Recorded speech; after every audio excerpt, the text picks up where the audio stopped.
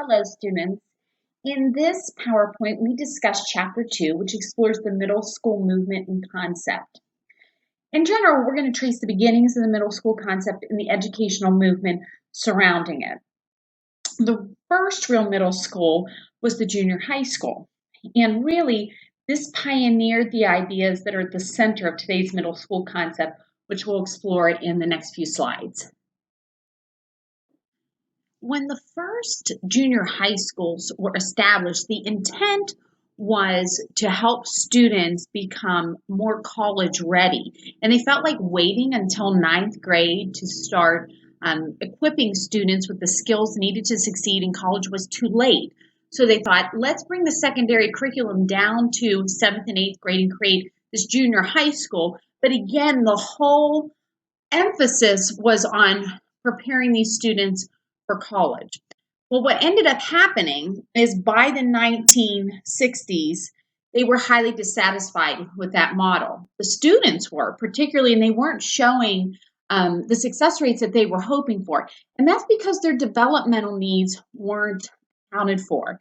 And so they realized they had to restructure and they had to consider the unique developmental needs of the junior high school student, your tweens and early teens, and to write a curricular model that better reflected what these students needed.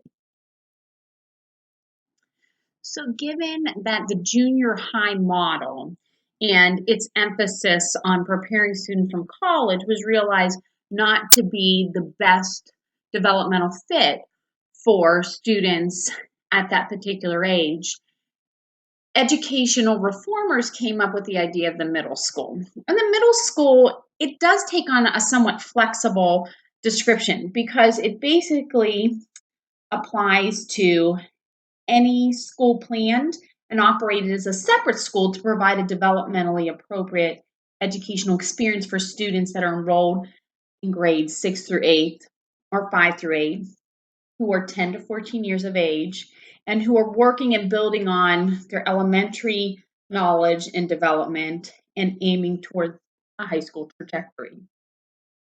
Now, there are significant structural changes that took place in middle schools, particularly in the way that students and teachers are organized.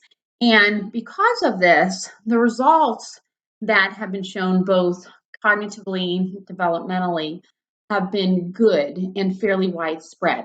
Changes in practice which ensure that each student in a middle school has more support and more meaningful relationships with teachers and other caring adults have reduced the negative shifts in students' motivational beliefs during the middle grades. That wasn't there. They went from feeling as though they were each loved and mentored in the elementary grades because they had these strong teacher-student relationships to this sudden shift of a more independent secondary experience, and they weren't developmentally ready for that yet. So the middle school fills a gap and helps to scaffold them to the independence that they will experience in high school. And it does so through several structural changes. There are setups like a school within a school, which actually is even used at the high school level too, because they're realizing that students, even in high school, they need to identify and develop a relationship with caring adults, their teachers. So they will often assign a teacher to the same students for 2 or 3 years or throughout the whole entire time, almost like a household where these students can develop relationships not only with a caring adult, but with each other. So they develop community, a sense of identity within the larger whole. Semi-departmentalization is also used in middle schools. And with semi-departmentalization, a teacher is assigned to teach maybe 2 to 3 class sections rather than one single subject to 6 class sections. So that teacher generally will specialize in 2 different content areas. So they're going to see the students more often. Again, allowing for those teacher-student relationships to form and to grow at a more healthy rate than they were prior to this shift.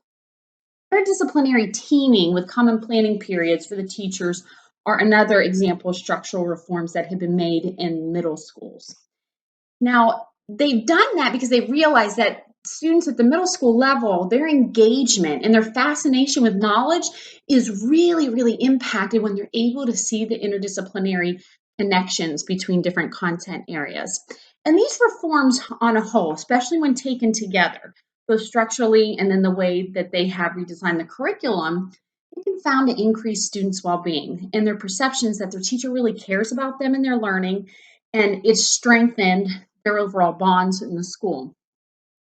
When middle grade students perceive their teachers care about them and their learning, they're more likely to report that they try to do what their teachers ask them to do and give their very best effort in class.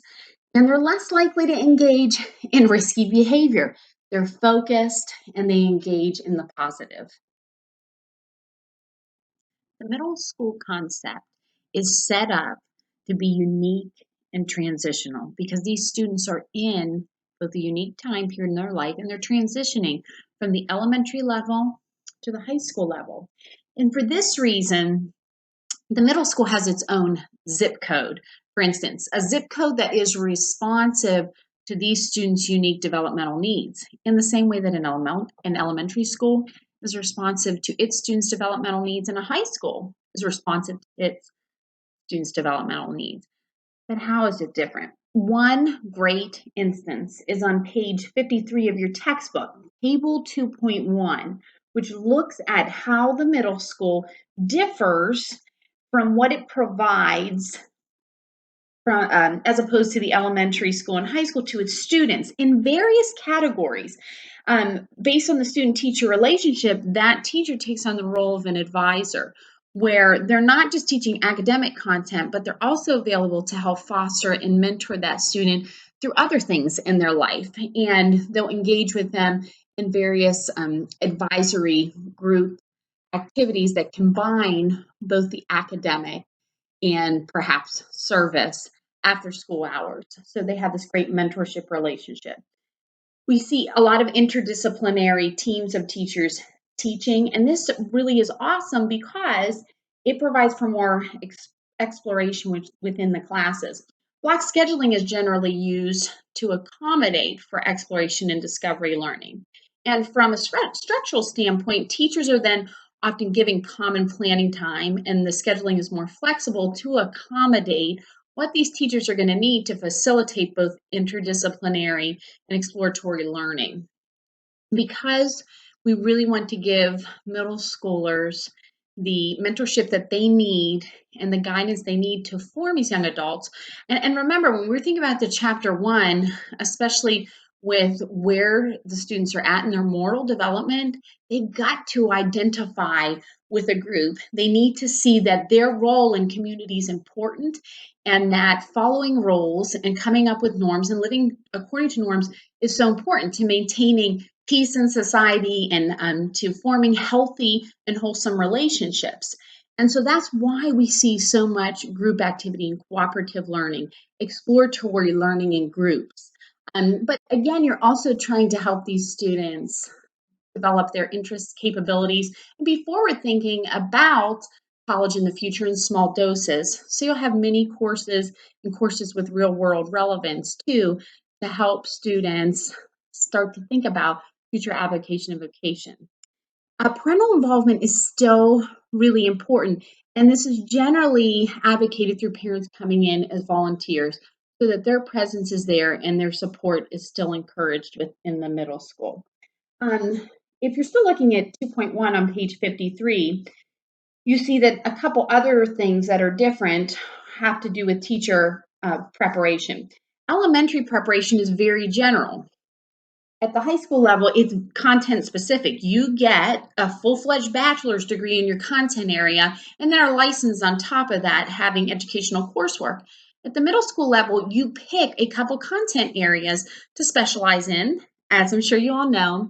And this is just to give you a foundation in these different content areas. But if you're equally trained in two, then that will give you more exposure to the same set of students during the day, so it still facilitates that bond that you were looking for so that you continue to maintain an active presence, not just one class period a day, but an active ongoing role each day in the students' lives so you can be that advisor and mentor that they desperately need. Now, this week, you'll be reading about those who have a different view on the middle school concept and really prefer that K through 8th structure, which many Catholic schools still employ. And sometimes they call it the middle school. It goes from elementary to middle school. And it really is just a trendy name for an old concept. Schools with kindergarten through 8th grade, all the pupils are under the same roof. A lot of people claim that these are family friendly because the siblings are more likely to be in the same school at once. It eliminates transportation issues for a lot of families, and some families are really hesitant to put their students in a middle school because they just feel like they're not ready for that segregation yet.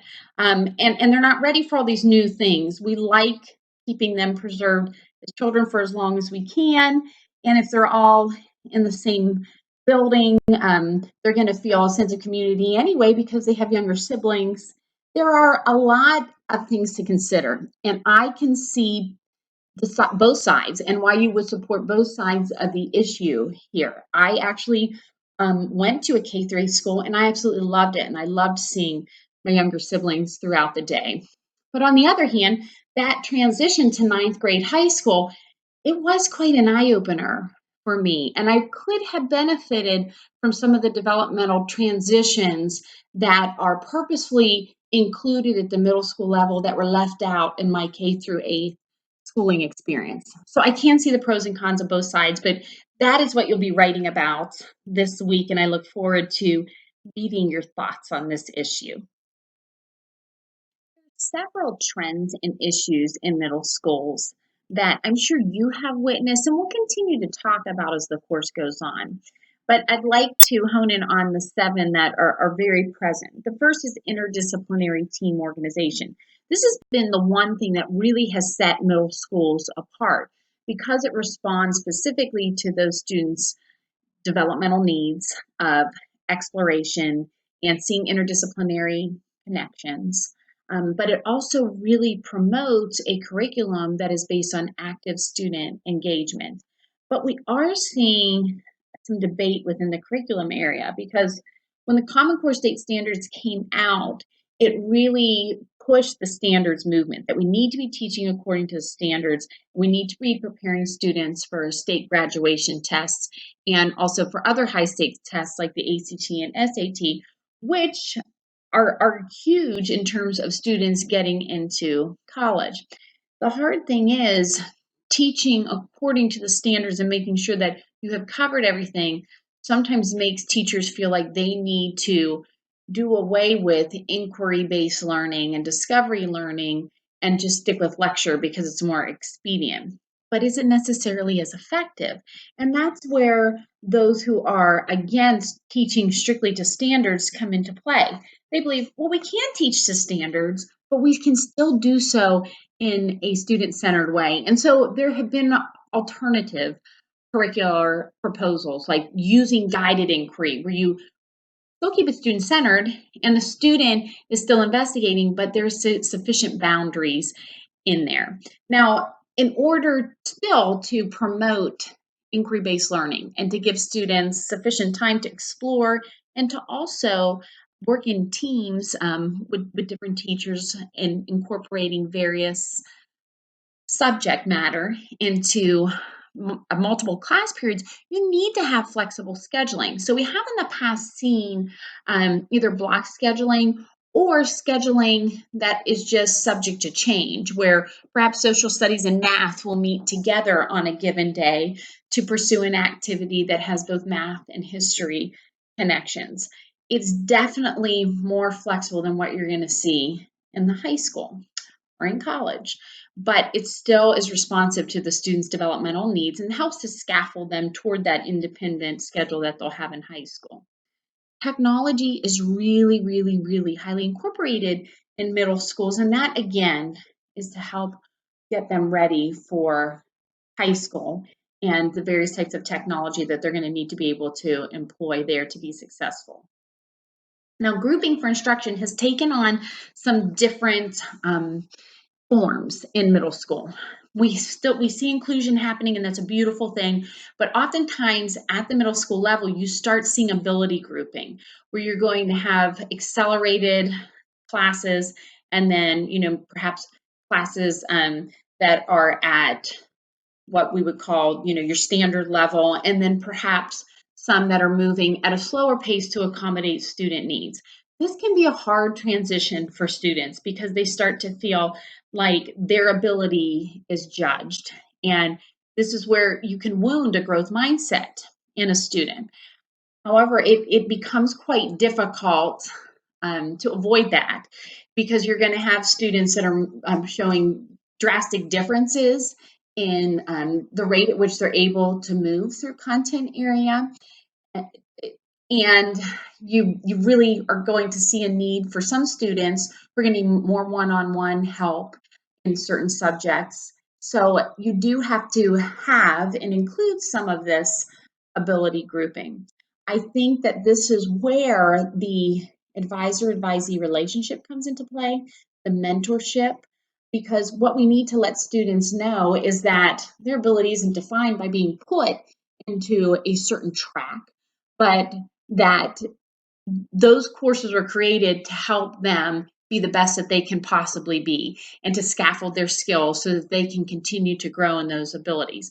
Nor does a specific track mean that you are smarter than somebody else, you have more capabilities, you're more talented.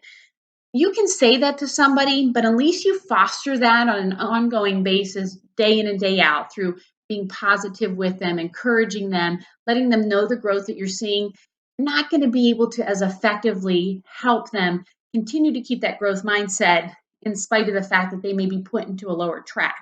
So that's why it's so important to balance that initial ability grouping by having these mentorship and advisory roles within a middle school, and where a teacher who's teaching two different content areas gets to see their students more often so that it can foster those relationships.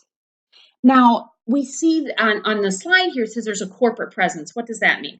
That simply has to do with the district influence within the schools. And that, again, is all because of the standards movement. They want to make sure that every school in the district, that the students are aiming for the same standards. They want to be able to measure their gains, their learning gains. And so you might see a greater presence in the middle schools of superintendent and other school administrators and personnel who are there as a means of oversight to make sure that the students are achieving what the benchmarks are. In terms of school leadership, the school leadership in a middle school is what we call a shared decision-making model. Yes, you have your school principal, but underneath that, you usually have a council of faculty that represent perhaps different disciplines, or it could be all the faculty, and they might break off into teams, but those teams all give input into the decisions, because you need that when you are teaching in an interdisciplinary context. I mean, if your whole curriculum is interdisciplinary oriented, then everybody has to have a voice in the process when it comes to decision making. And so that's why the decision making is the way that it is. This slide really does encapsulate the primary issues that are going on in middle school today. And again, we will continue to talk about each of these pieces and the influences that they have throughout the course. But this wraps up everything for Chapter 2. And I look forward to reading the reflections that you write about the middle school versus the K-8 model.